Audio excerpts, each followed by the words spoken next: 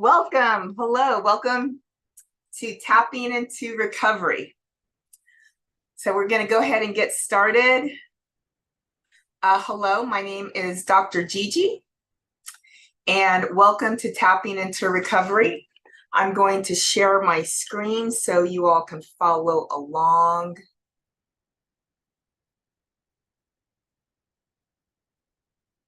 Excellent, excellent. Move this out the way. Okay. So I'm sharing my screen, and now I'm going to read the statement of purpose. We offer a safe, non-judgmental, non-religious, yet spiritual approach to recovery for all humans.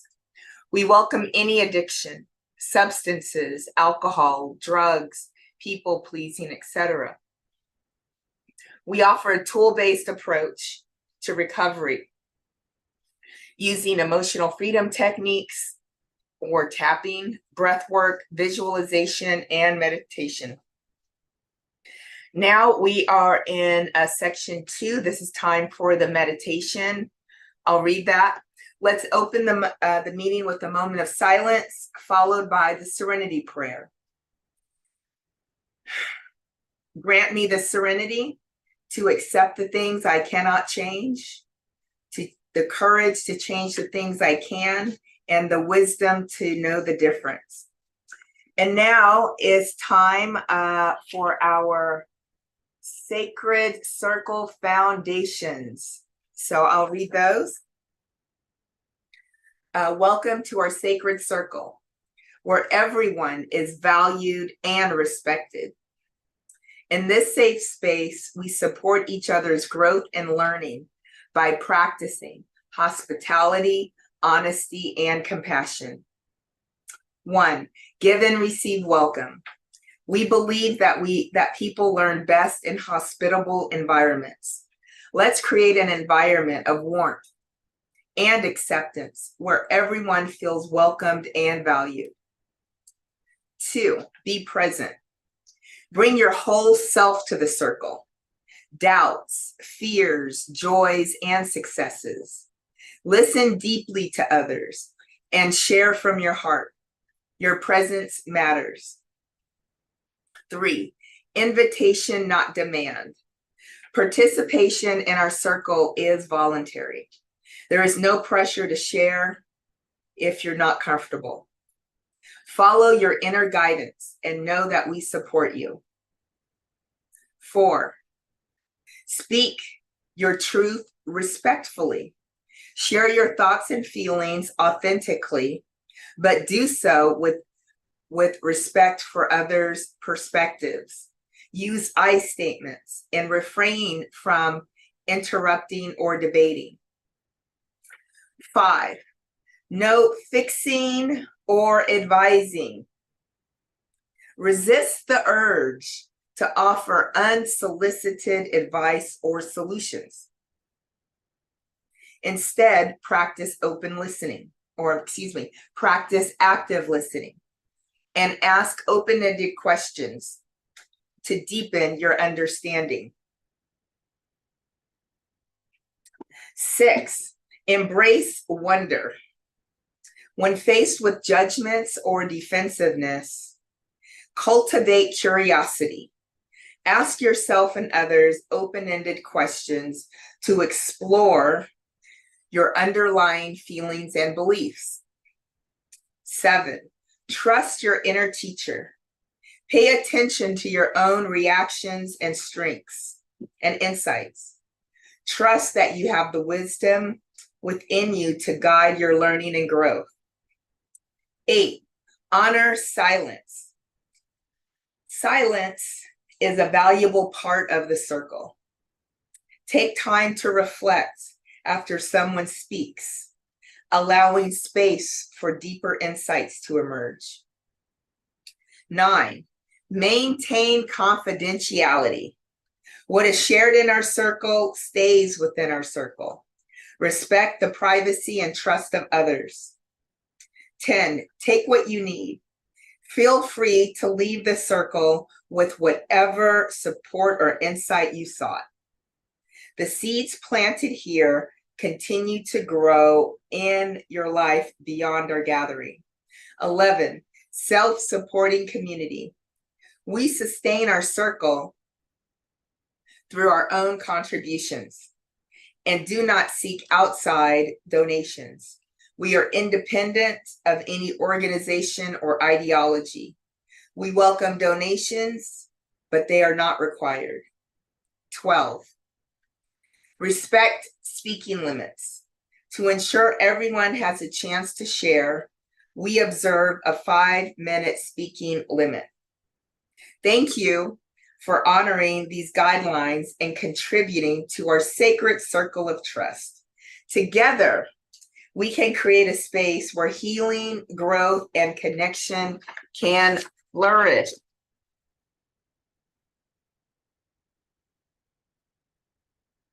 Okay. So let's see. I am going to stop sharing my screen, and I am going to post some information in the chat section. I'm going to post some links. And these are freebies. There's a link to get some more information about the Breathwork Primer. We're going to talk about that. You can get a free self-love and acceptance tapping. There is a really cool meditation I listen to every day, and it's this universal healing meditation. What I really like about it is it's got some healing tones in the background. And so it's playing at a frequency of 432 hertz, which is known as the healing frequency. And so if you have any physical, any emotional pain that you really want to release, you know, it's a great idea to listen to that meditation. I've got also some information on how tapping or emotional freedom techniques supports recovery. You know, I suggest that, you know, we all keep gratitude journals, and I have a free Mandela gratitude journal available. And for those interested in the 12 steps, I have a tapping guide that goes along with the 12 steps. So avail yourself of that. Additionally, I would like to promote some cool stuff. If you're interested in a private coaching session, there's a link for that. I've got 2 great offerings. One is a course on discovering yourself. So if you want to know more about, you know, the most special person in this world, that's you. You know, this is a great course for that. And I have published my book, Boundary Badass. Here it is. I don't know. Yes, Boundary Badass. And so this is available for purchase. And so there's a link for that as well. If you would like to get in contact with me, you know, here are some links to do that. I'm posting those as well.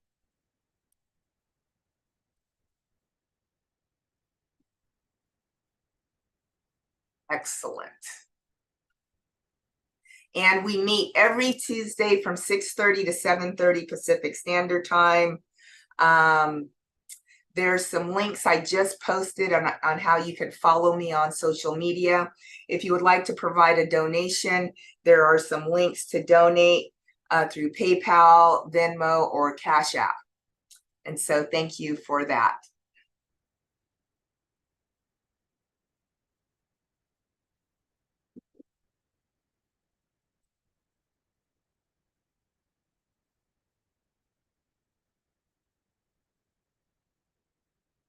Great.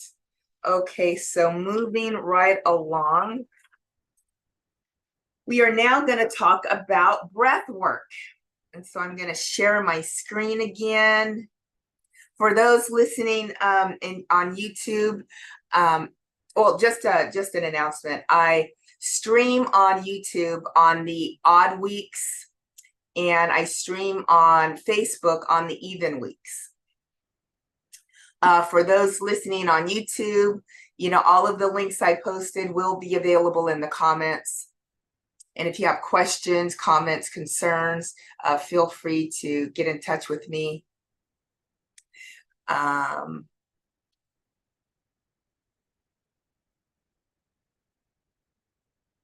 So breath work, love breath work.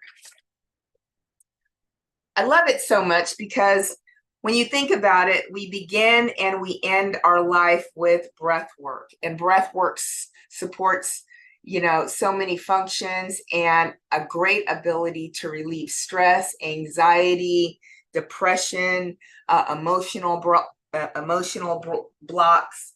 And it can also help to alkaline your blood. It's a great anti-inflammatory, and it will elevate your mood just like that. There's a number of different methods, probably hundreds of methods of breath work. And so I've got a number to share with you, but the one we're going to talk about and focus on today is the 4-7-8 breath work pattern. I like it because it's easy to remember. And it's a great way to, you know, calm you down, to de-stress like that. And so 4-7-8 breathing, you know, adds in counting beats as you breathe in, hold, and then breathe out. So you breathe in through your nose to a count of 4, you hold for 7, and then you exhale with an audible sigh for 8. And don't worry, I'll walk you through it, but it's a wonderful process to get you back in your body, you know, and really focused on your breath. Now, a pro tip here is when you're doing this, visualize white healing light, inhaling through your nostrils. And then as you hold, visualize that white healing light radiating through every cell of your body and healing and calming and relaxing every cell in your body at the same time. And so, you know, it's just a great de-stressor. So before we get started, I want to ask you to rate yourself on a scale of 1 to 10 about how relaxed are you right now. So let's say 1 is I am anxious, I'm nervous, and 10 is I am at a peaceful Zen state. So where do you sit on that scale? I'm going to ask you the same question in just a few minutes after we do 4 simple rounds of breath work. And you're going to see how quickly and easily you calm down and become more peaceful and Zen-like. So you ready? I'm just going to walk you through that process. So if you're seated in a safe, comfortable location, we're going to start on the count of 3. 1, 2, 3. Inhale to a count of 4. 1, 2, 3, 4. Hold for 7. 1, 2, 3, 4, 5, 6, 7. Exhale through your mouth to a count of 8. 1, 2, 3, 4, 5, 6, 7, 8. Inhale to a count of 4. 1, 2, 3, 4. Hold for 7. 1, 2, 3, 4, 5, 6, 7. Exhale to a count of 8. 1, 2, 3, 4, 5, 6, 7, 8. Inhale through the nose, count of 4. 1, 2, 3, 4. Hold for 7. 1, 2, 3, 4, 5, 6, 7. Exhale with an audible sigh through your mouth for 8. 1, 2, 3, 4, 5, 6, 7, 8. Excellent. Last round. In through the nose, count of 4. 1, 2, 3, 4. Hold for 7. 1, 2, 3, 4, 5, 6, 7. Exhale with an audible sigh for 8. 1, 2, 3, 4, 5, 6, 7, 8.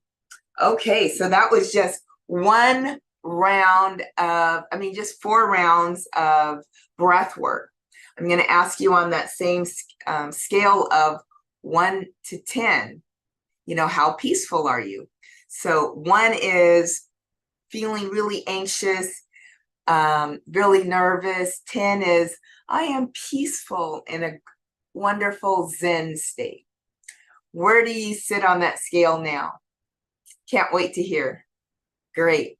Yes, I would absolutely expect for you to become more peaceful, because that's what breath work does. It can calm you down, allowing your brain and your body to get some nice fresh oxygen.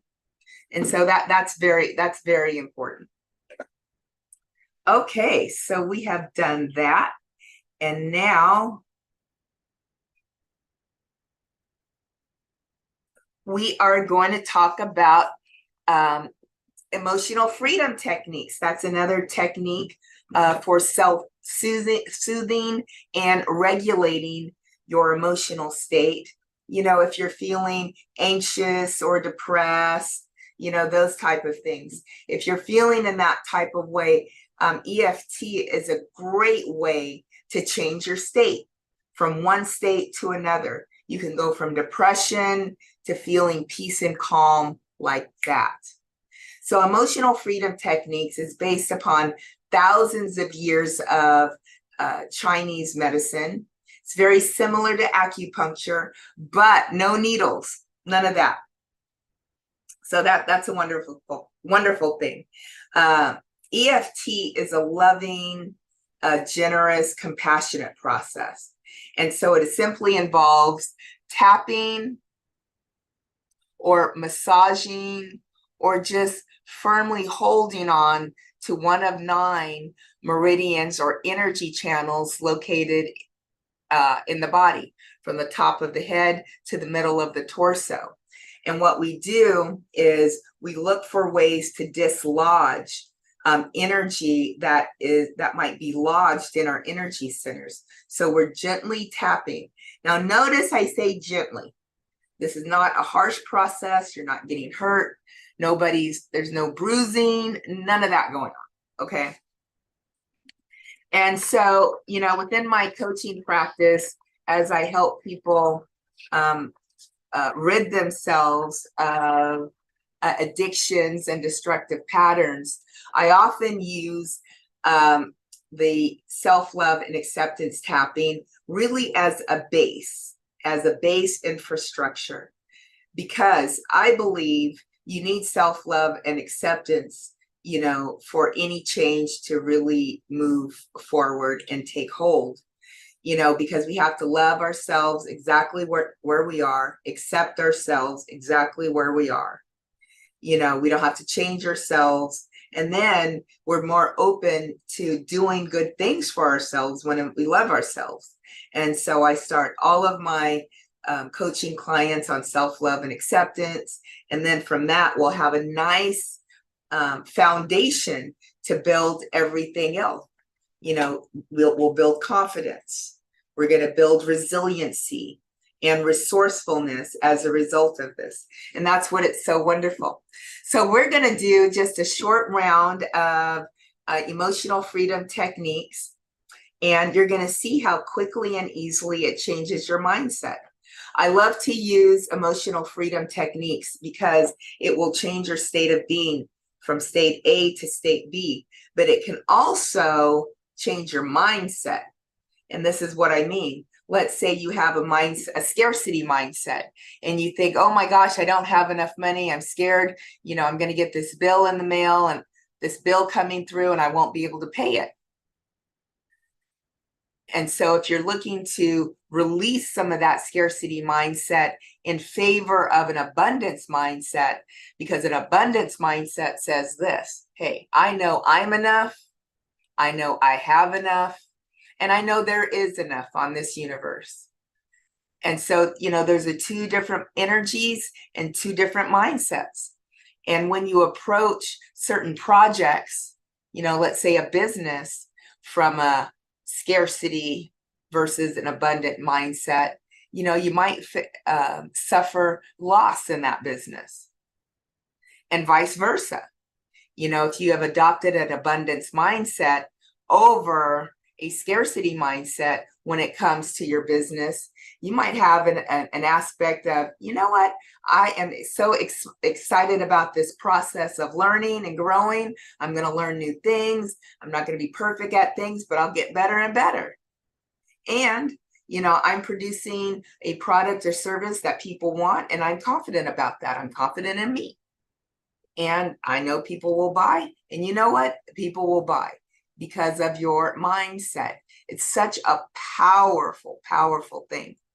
So before we get started, I'm going to ask you on that same scale of 1 to 10 to rate the level of love and acceptance you have for yourself right now. So 1 would be, I'm really disgusted with myself. I loathe myself. I hate myself. That's 1. 10 is, I completely love and accept all of me because I am so great. I am all that. Got that? So on a scale of 1 to 10, 1 is hating myself, 10 is loving myself. Where do you fall right now in this moment? Don't think too hard. Whatever that first number is what we're going to go with. Great. Great. So you got your number? So just do what I do. Let the words just pour over you. If I say something in this tapping session that doesn't resonate, don't worry. Just let it go. Easy peasy. No fuss, no muss. So make sure you're seated in a safe, comfortable space. We're going to do this tapping and taking full and complete responsibility for yourself. Let's go. Sometimes it's really a challenge to love and accept all parts of me. I can accept that it's been hard in the past, but I'm willing to see things differently about myself. I choose to love and accept myself exactly as I am. I choose to love myself, honor myself, adore myself, and forgive myself. Eyebrow point. I choose to love myself, and maybe I blocked that in the past, or at least limited it. Maybe I have all these reasons why I couldn't or shouldn't love myself. Side of the eye. I choose to recognize that I am worthy and deserving of love unconditionally. I love me, and it's not always easy to say this. Under eye, I have this whole list in my mind of why it's hard to love myself. I've made mistakes. I've done bad things. Under nose, maybe I said things that hurt others or myself. And sometimes I don't like who I see in the mirror. And I think I'm not good enough. Under mouth, people have made me feel like I am not lovable. Maybe I think I can only be loved if I achieved certain things in my life. Collarbone, if I only looked different, weighed less, or if I were smarter, better looking, made more money, had a healthier lifestyle. If only my relationship status was different. If I exercised more, if I had more friends, if my parents loved me more. 3 inches below the armpit, I have all these reasons why it's hard to love and accept myself. I wonder if it's possible to shift my thoughts about myself. Beliefs about me are simply thoughts I keep thinking. And when I change my thoughts, I change my life. Top of the head. It's possible when I was growing up, love was conditional. I only felt love when I was a good kid, when I got good grades, when I achieved awards. But what if none of that matters? Well, guess what? It doesn't. No matter who I am, what I do, I am still worthy and deserving of being loved. I am worthy and deserving of being loved and loving myself just because I was born into this world. And that's good enough reason to be worthy and deserving of love.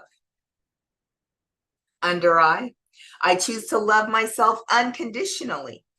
And maybe that's not familiar. I am a unique expression of divine love and light. What's not to love? Now, all kinds of reasons might be coming up why I couldn't or shouldn't love myself, but there are no good reasons. Under mouth, I am not defined by my circumstances. My circumstances are the result of how I've defined myself. And as I define myself as someone worthy of love, I may be surprised by how easily I take positive action if I love myself. Collarbone, of course I'm going to want to improve things. I take positive action as an act of love toward myself. And when I think of myself as unlovable, I'm actually less motivated to take care of myself. 3 inches below the armpit. I deserve love unconditionally. And deep down, I've always known this. Now I'm allowing all of me to know this. I am worthy and deserving of love and acceptance without condition. Top of the head. I am not going to wait for external validation. The more I treat myself with love, the more others will see how lovable I am, and the more they will see how lovable they are. It's a total win-win situation. Eyebrow point. So I'm allowing myself to love myself unconditionally in mind, body, and spirit. Let's take a deep conscious breath in through the nose, out through the mouth with an audible sigh. Great job. So that was just one round of tapping. Very quick. So I'm going to ask you on that same scale of 1 to 10, how do you feel as it relates to loving and accepting yourself? So 1 is, I hate myself. And 10 is, I love and accept myself. Where do you fall on that scale? And yes, I would absolutely expect that you improve on that scale and feel more loving and accepting of yourself. Because when you're feeling loving and accepting of yourself, you are much more resourced to treat yourself kindly, to make better decisions, to make more informed decisions, and to improve your own personal and professional and spiritual success. Excellent. So now it is time to review some information on the first agreement. And the first agreement is be impeccable with your word.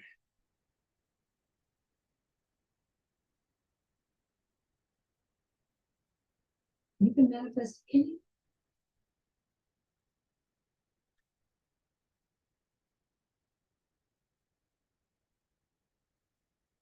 A minute. everything you might dream of if you get in harmony with how these laws work. So you've likely heard already about a universal law called the law of attraction. Law of attraction is actually. Let me just queue up. I thought my video was queued up. Oh, there it is. There it is queued up. It was just in the wrong place. I'm going to share my screen.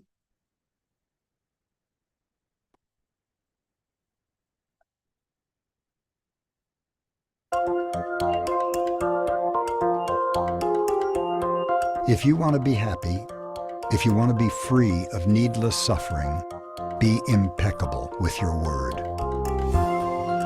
The word is more than just a sound or a written symbol. The word is a force. It's your power of creation. It's what you use to create everything you know. All of your knowledge, everything you think, every opinion, every belief you have about yourself, about everything is created with the word. The word has the magic and power of creation. Flower. Because it can reproduce an image, an idea, a feeling, or an entire story in your imagination. Just hearing the word horse can reproduce an image in your mind. This is powerful, but it can be even more powerful than that. Just hearing the name of a movie can reproduce an entire movie in your mind.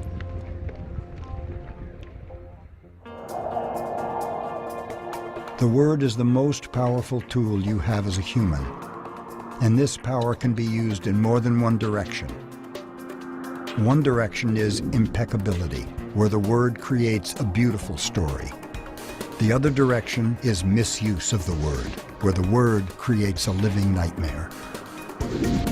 The human mind is like a fertile ground where seeds are continually being planted. The seeds are words, opinions, ideas. You plant a seed, a thought, and it grows. Impeccability of the word is so important because you're always delivering a message to yourself and to everyone around you. Every time you speak, your words have the potential to take root in your mind and spontaneously generate thoughts of a similar nature. If other people's minds are fertile for those ideas, those words live inside of them too. Most humans completely misuse the word. We use it to gossip, to curse, to judge, to blame, to create fear, to destroy relationships between people, between nations. We use the word against ourselves when we say things like, I'm getting old, I'm fat, I'm worthless, I'll never make it in life. How are you using the word when it comes to describing your own life story? If you believe that you're not attractive enough, that you're not good enough, that you will never make it in life, then you believe in lies and you're using the word against yourself. Being impeccable with your word means more than telling the truth or doing what you say you'll do. Impeccability of the word means to use your energy in the direction of truth and love, beginning with yourself. If you love yourself, you'll express that love in your interactions with other people, and that action will produce a like reaction. When you're impeccable with your word, you never use the word against yourself in the creation of your story. You never betray yourself. You never gossip about yourself. You take responsibility for your actions, but you do not judge or punish yourself for anything.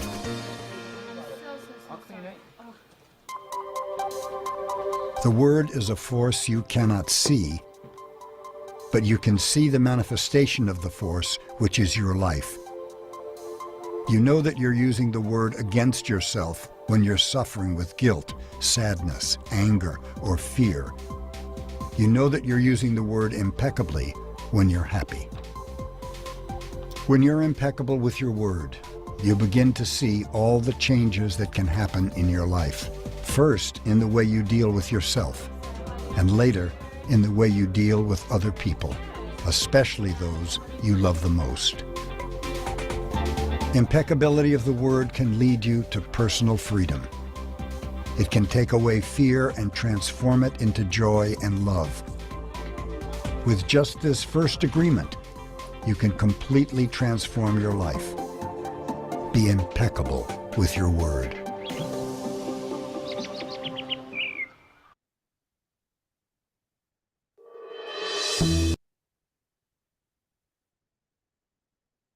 Okay. So, what'd you think about that one? So in this coming week, especially after reviewing, it's a little warm in here, please forgive me. Especially after reviewing this video, answer this question. How can I ensure that my words reflect honesty and truth? And this question really reflects on the importance of being truthful and authentic in your communication. It encourages us to consider the impact of our words on others and, more importantly, on ourselves.